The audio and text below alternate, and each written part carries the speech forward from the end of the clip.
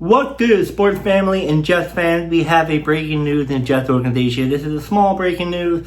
The Jets signed Nahshon Wright to a 1-year, $5.5 million deal, and here's why. So, this is the type of stuff I don't really, make videos about, but I'm a Jets fan. I gotta give you my thought on this. So let's get it. He's a turnover creator. That's one of the biggest reasons why the Jets target him, is that his ability to generate takeaways. Last season while playing for the Chicago Bears, he posted a 5 interception, 11 pass breakup, 2 forced fumble. And that kind of production is eye-catching, especially for a Jets defense that struggled to create turnovers last season, as well as didn't even record an interception. Number 2, he adds ball skills to bolster DB rooms. The Jets have been revamping their defense in free agency, adding veteran leaders like Fitzpatrick, Demario Davis, and plus other defensive pieces, which shows a clear emphasis on upgrading secondary playmaking, turnover production, and veteran experience. Wright fits a ball hawk DB who can contribute immediately in that context. Third one, low risk, high reward. Wright signed a 1-year deal worth $5.5 million, a modest price in today's market for starting corner. The Jets get a player with Pro Bowl credential on a short contract where they don't have to commit long term if it doesn't work out. Now, fourth one, he's a big physical corner, right at 6'4", quarterback with length and ball skills. While some evaluators know he can be inconsistent in coverage, his big play upside makes him attractive for defense looking for a splash impact. Now, this is his stats last year in Chicago, 2025 season. 80 total tackles with 54 solo, very active for a corner. 5 interceptions, tied second in the NFL, led all cornerbacks.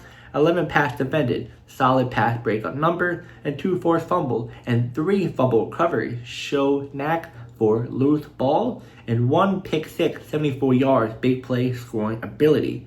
Career snapshot. Before 2025, Wright had very limited production, just a few tackles, 1 career interception over his first 3 to 4 seasons. No, so 2025 pretty much growth compared to his previous year. So before, it's not good. But when he's able to play 2025, did really good. Now, this is strength and his weakness he brings to the Jets. Turnover, strength, the strength first actually. So turnover creation, Wright turned into one of the league's top playmakers, led all corners in interceptions, multiple takeaways per game, type impact. Turnover flip game, and the Jets struggle mightily in department, letting Wright lose in a primary reason they signed him. Size and ball skills, 6'4", long wingspan. He's excellent at jumping balls and high pointing throws, ideal for contested catches and red zone situations. And improved tackling and aggression. Compared to early in his career, he became sniffing around the ball more, finishing plays and forcing fumbles.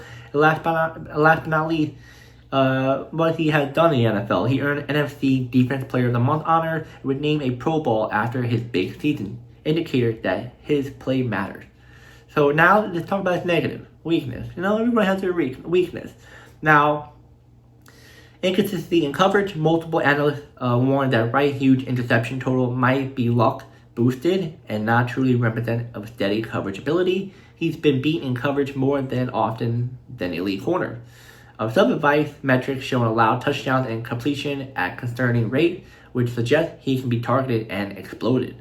Still developing fundamentals. Scouting reports dating back to his draft noted he's average tackler and consistent in run support, and backpedal and technique still a work in progress.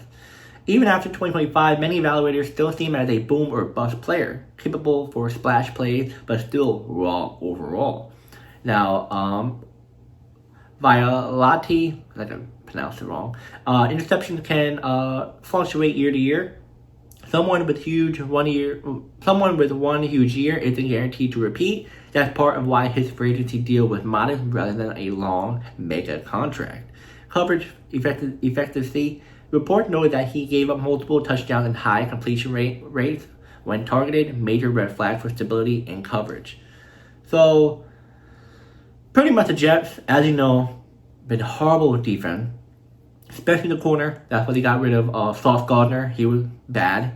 By having him only a 1-year deal, so it's not a major risk to just say, hey, let's see what happens. And if he does do what he did in 2025, or even better, awesome. If he doesn't, hey, it is what it is. But the fact that he's he improved much more the last couple of seasons in the NFL. When he had the chance, he showed up with 5 interceptions, 11 pass breakups, and 2 forced fumbles, and a good amount of tackles. Well, this is something the Jets are trying to fill out. They think that he can be a potential long-term piece, depending on how well he does this year. I can see this happening. I can see him do another good year. I think when he's giving a chance to start, and the fact that his size and the fact that people doubt him, I think he has a good chance to go off every single game, because you see how bad they were judging him. Oh, he's not that good. Oh, and then he showed out last year and made a Pro Bowl. So, I wouldn't always say analysts is always correct. A lot of times they're incorrect. Especially the fact that when, Mr. Irrelevant was Brock Purdy, and many other, players got drafted, they're like, oh man, he's trash, Boom, look at them now. Pro Bowler, very elite. But yeah, I have to say that,